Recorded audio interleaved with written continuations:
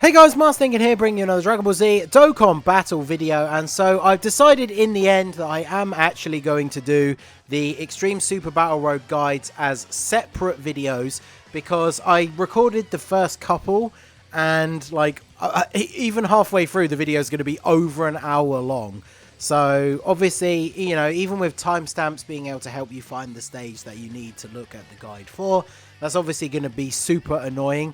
Very, very long video, so I feel like it probably is best to break it down into stages. So I'm going to record this generic intro that I'm then going to put in front of each one of the guides, because I already recorded a lot of them, you know, expecting that I was going to put them together as one video, so they don't have their own proper intro. So most of them just start with me going, so next up this stage. So there's no proper actual video intro. So going to record this as well as an outro that I can whack on the end.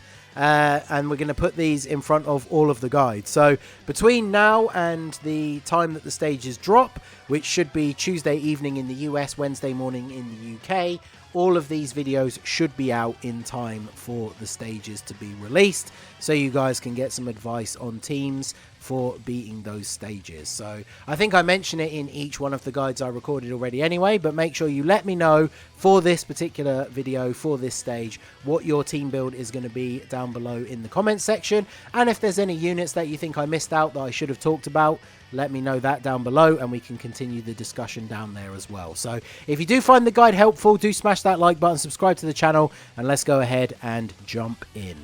Okay, so next up we have the Ginyu Force stage. This will probably be the shortest part of the guide overall, because Ginyu Force is of course a very small category, and you know, whilst there are some Rs and SRs, the only units worth using are of course the 5 free-to-play units that got their easy A's. You're going to be using the Tech LR as the leader, and then it's a case of whether or not you have the physical LR farmed up, and whether or not it's even worth using him with how good the easy A's are for the free-to-play units. So obviously you're going to be using this guy as the leader because he has the Ginyu Force leader skill, 3 key HP attack and defense 100%.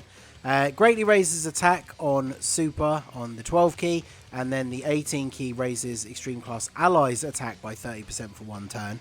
So that can be pretty nice. He also is a support unit, so he's going to be giving all of the Ginyu Force members 50% attack and defense, which is very, very good.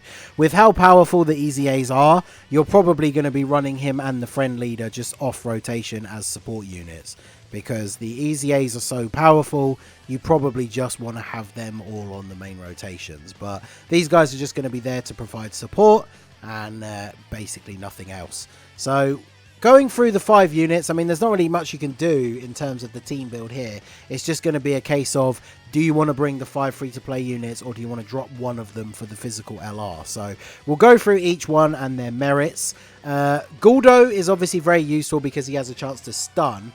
Even if he doesn't stun, he seals and lowers the enemy's attack. So I would say he's probably a must bring because of how powerful stuns are in Super Battle Road. He also greatly raises his defense on super attack. So even if he doesn't stun the enemy, he's sealing them and attack lowering them. And so then he's going to be able to tank hits from them reasonably well.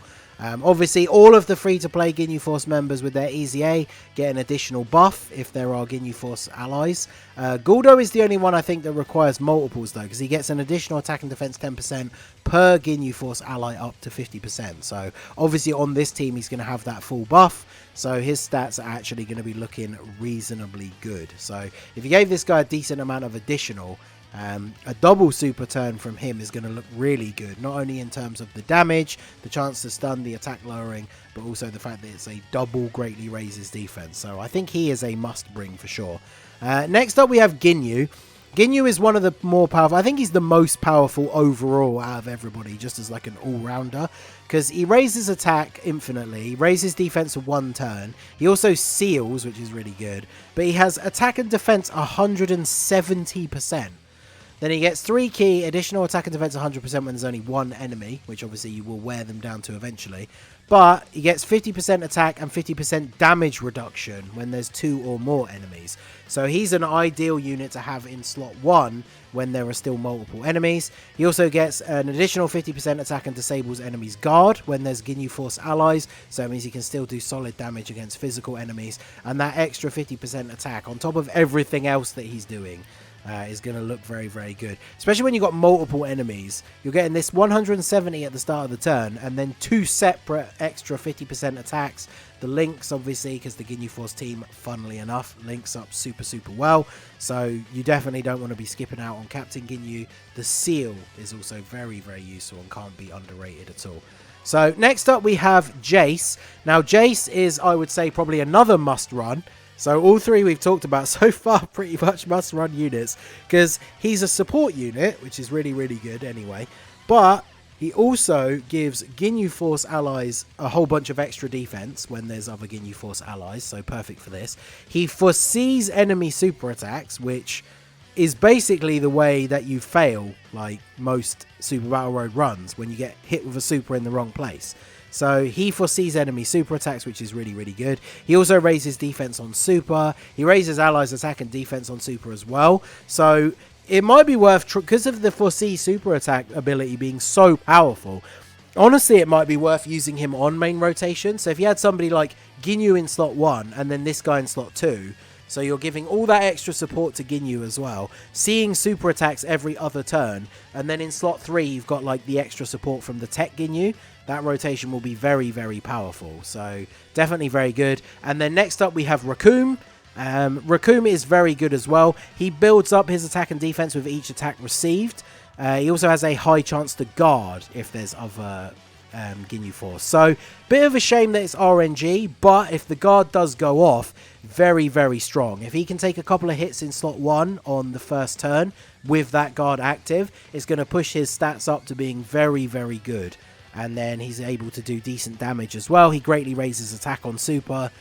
So he is a pretty solid all-round unit, but very good defensively as long as that guard goes off. So I value him a little bit more than our final pick, which is Berta, because unfortunately, even with his easy A, they kept the main thrust of his defense being a thing that only activates after he's attacked in slot 1. He then has a 50% chance to guard. So any attacks that are in slot 1 before he attacks, then obviously he's not getting that 50% chance to dodge. But they did give him, he gets an additional attack and defense 20% per key sphere obtained. So if you get a really good set of orbs, you can pick up like 7 or 8. That's giving him a pretty big buff.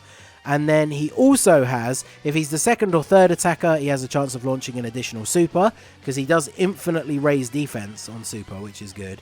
And then, of course, he has a chance to evade enemies' attacks 20% when there is another Ginyu Force ally on the team, which obviously there is going to be. So if you have him in slot 1 and there are attacks before he attacks, he does at least have that 20% chance to dodge, which is not very high, but at least it's there. And then after he supers, he then has that 50% chance to dodge and the 20% chance to dodge as a separate proc as well. So he definitely can be good, but I feel like for a shorter term event like Super Battle Road, where you don't have a huge amount of time to build up, he's designed to be in slot 1, but without really being attacked first, which in Super Battle Road, that situation is not going to present itself all that often. So for me, I think he's the worst of the free-to-play units. But then the discussion comes down to, is he better than physical LR Ginyu? Because he's the unit that obviously you'd have to replace one of the free-to-play units with if you want to bring them. And of course, look at their passive. No defense. Key plus 3, 7,777 attack for all allies. And that's it. On 18 key super, they give all allies 30% defense for 1 turn. So obviously that includes themselves, but that's the only defense that they're getting. So without actually having tested them out in the ESBR stage myself, I feel like they probably take more damage than Berta after Berta has super attacked. So it kind of comes down to personal preference here. I mean, a lot of people, you might not have even bothered to actually like grind up the LR Ginyu, especially if you're a newer player. Whereas obviously the actual full team is just a full free-to-play farmable team. So you guys let me know down below if you're going to bring the physical LR, who are you going to swap him out for? Or are you just going to use the full free-to-play team? But yeah, Ginyu Force is not really a huge amount to think about when it goes into the team building. And thanks to the easy A's from the download celebration. Like, for anyone who doesn't care about no item runs, which is most people, like, with how powerful the easy A's are, with items, this stage is not difficult at all. Even just running the full free-to-play team. So, should be pretty straightforward. Let me know what your team build is going to look like down below in the comment section. Okay, there you go. So that is going to conclude this guide. Make sure, like I said at the start, you let me know down below if there's a unit that I didn't talk about or you think I should have talked in more detail about, and we can discuss that further in the comments, and let me know what your team is going to look like. So that is going to be it for the video, guys. This has been the Masked Ningen. Smash that like button, subscribe to the channel if you are new. Check out the links down below for the Discord and the merch store, and I will see you all again soon. Have a good one.